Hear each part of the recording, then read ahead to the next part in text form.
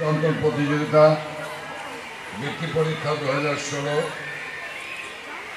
এবং ফলাফল প্রকাশ, বৃত্তি প্রদান, সার্টিফিকেট বিতরণ, 2 দিনব্যাপী বৈশাখী মেলা ও সাংস্কৃতিক অনুষ্ঠানের আয়োজক আমাদের এই মোহাম্মদপুর আদাবাদ শেরেবাংলা নগর এলাকার এক সমাজসেবী সংগঠন শৈশব মেলা বাংলাদেশ।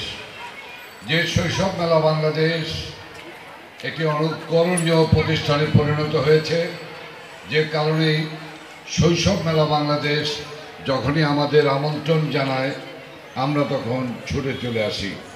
আজকের অনুষ্ঠানের সম্মানিত সভাপতি, শৈশব মেলা বাংলাদেশের প্রতিষ্ঠাতা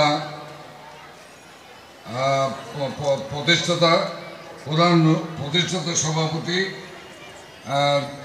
আপনাদের একান্ত আপনজন, আমার স্নেহভাজন গোলাম কিবরিয়া অপু। এই অনুষ্ঠানে বিশেষ অতিথি যিনি এতক্ষণ আপনাদের সামনে বক্তব্য দিয়েছেন, সাবেক তত্ত্বাবধায়ক সরকারের মাননীয় উপদেষ্টা, মোহাম্মদপুর প্রিপারেটরি স্কুল অ্যান্ড কলেজের সম্মানিত চেয়ারম্যান, সকলের কাছে সুপরিচিত ব্যক্তিত্ব আমাদের শ্রদ্ধাভাজন জনাব ডক্টর মোহাম্মদ আমিন। উপস্থিত আর এক সামরিক বাহিনীর একটি মানুষ, যিনি শিক্ষাঙ্গনে এক অনুকরণীয় কর্মযজ্ঞ করে যাচ্ছেন, মোহাম্মদপুর মডেল স্কুল অ্যান্ড কলেজের মাননীয় অধ্যক্ষ, আমার একান্ত আপনজন জনাব লেফটেন্যান্ট কর্নেল কাজী শরীফ উদ্দিন। উপস্থিত আছেন হামদর্দ ল্যাবরেটরি বাংলাদেশের পরিচালক, বীর মুক্তিযোদ্ধা ডাক্তার হাকিম রফিকুল ইসলাম। প্রধান উপদেষ্টা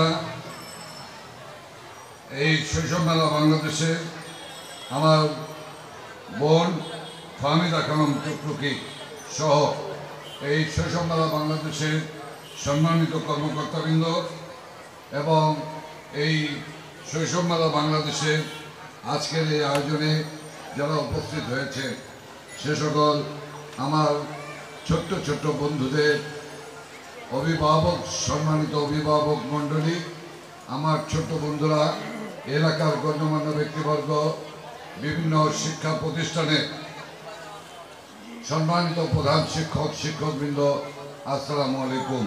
আমি বক্তব্য বাড়াবো না, আর কিছুক্ষণের মধ্যেই মাগরিবের আজান দেবেন।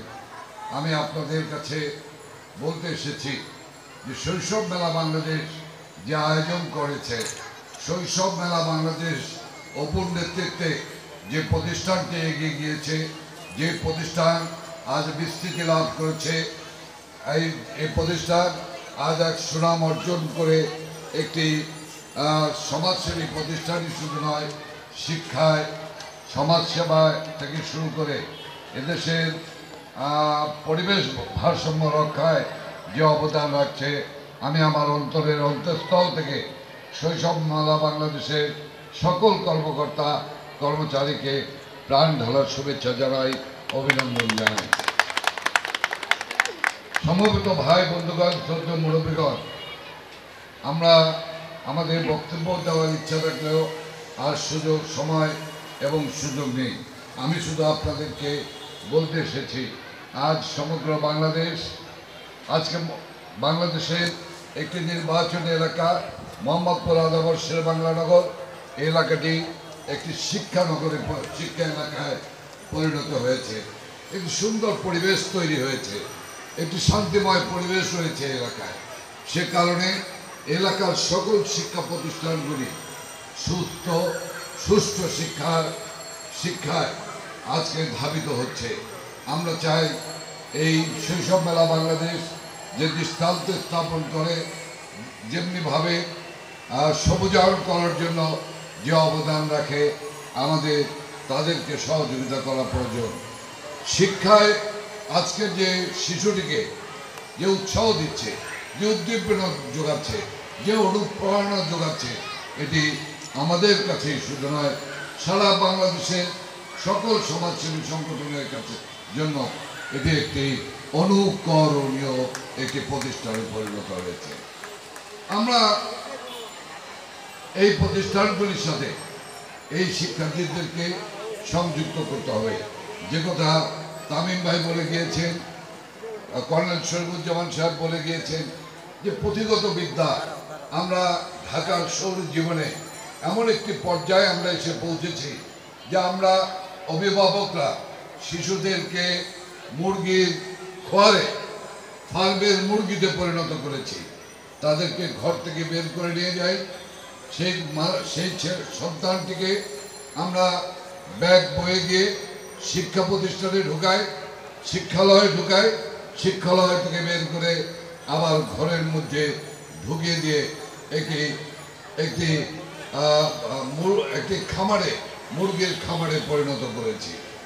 আমাদের আজকে মনে রাখতে হবে যে এই পুঁথিগত বিদ্যার বাইরে যে আরেকটি শিক্ষা জীবন রয়েছে, আরেকটি শিক্ষার একটি ভিন্ন পরিবেশ রয়েছে, সেটি হলো সমাজ জীবন, রাষ্ট্র জীবন, প্রতিনিয়ত সমস্যার মোকাবেলা, সমস্যা সংকুল বাংলাদেশে সমস্যাকে মোকাবেলা। এগুলি করতে হলে আগামীতে অবশ্যই ডক্টর তামিম সাহেবদের মতো এই গুণী জ্ঞানী ব্যক্তিদের সার্বিক সহযোগিতা নিয়ে সেই পথে সন্নিবেশিত করতে হবে। অর্থাৎ শিক্ষার্থীদের এই সমাজ এবং রাষ্ট্র সমাজ সম্পর্কে তাদেরকে আরও জানতে হবে, আরও পুঁথিগত বিদ্যা, পুঁথিগত এই পুস্তকের নির্ধারিত লেখাপড়ার বাইরেও আমাদেরকে শিখতে হবে, আমাদেরকে শেখাতে হবে। আমি বক্তব্য আর বাড়াবো না, আমি আপনাদের সকলকে ধন্যবাদ জানাই। আসুন, আমার মায়েরা এখানে উপস্থিত রয়েছেন, শুধু আমরা যেন ওই স্কুল থেকে এনে নিয়ে প্রাইভেট টিউটর একজন আসলেন, তার কাছে পড়তে দিয়ে আমরা যেন হারিয়ে না যাই। সেই যে চ্যানেলগুলি চলছে, সেই চ্যানেলগুলি কি করছে আমার সন্তান আমি খবর রাখছি না, কিন্তু আমি যাচ্ছি, কি জানি একটা সিরিয়াল চলে, ওই স্টার জলসা, স্টার প্লাস সনিতে যে সিরিজগুলো চলছে, আমার সন্তান কি করছে, তার কাছে বন্ধু আসছে, সে বন্ধু এসে কি করছে, কি কথা বলছে, কি করছে, পড়াশোনা করছে না আন্তর্জাতিক জঙ্গি সংগঠনগুলির সঙ্গে যোগাযোগ করছে, এই বিষয়গুলি আমাদের সতর্ক রাখতে হবে। কাজে মা বাবা হিসেবে আমাদের অনেক কর্তব্য আছে, আমাদেরকে সতর্ক থাকতে হবে। যে জঙ্গিবাদ আমাদের রাষ্ট্রকে খুঁড়ে খুঁড়ে খেতে চায়, সেই জঙ্গিবাদের বিরুদ্ধে আমাদের সকলকে দায়িত্ব পালন করতে হবে। শুধু রাষ্ট্র একা, সরকারের একার পক্ষে এই জঙ্গিবাদকে মোকাবেলা করা, তাকে নির্মূল করা সম্ভব নয়। আমার ভাই এবং বোনেরা, শ্রদ্ধেয় মুরব্বিগণ, আমি বক্তব্য আর বাড়াবো না। যে শিক্ষার্থীরা এই পরীক্ষায় বৃত্তি পরীক্ষায় অংশগ্রহণ করেছ, একটু পরে ফলাফল হবে, যারা সফল হয়েছ তাদেরকেও আমি কৃতজ্ঞতা জানাই। যারা প্রতিযোগিতায় অংশগ্রহণ করে যারা প্রথম দ্বিতীয় তৃতীয় হতে পারোনি, তারা আবার সুন্দরভাবে আবার চেষ্টা করবে, আগামীবার আবার তোমরাই তো চ্যাম্পিয়ন হবে, তোমরাই পুরস্কার পাবে। সেই প্রত্যাশা রেখে আমি সকল শিক্ষার্থী খুদে বন্ধুদের আমি শুভেচ্ছা জানাই, আমি দোয়া জানাই, তারা যেন মায়ের প্রত্যাশা, বাবার আশা, মায়ের বুক ভরে দেয়, মায়ের এই কষ্টকে যেন দূর করতে পারে, সেই আশা পোষণ করে আমি আমার বক্তব্য এখানেই শেষ করছি। খোদা হাফেজ। জয় বাংলা, জয় বঙ্গবন্ধু।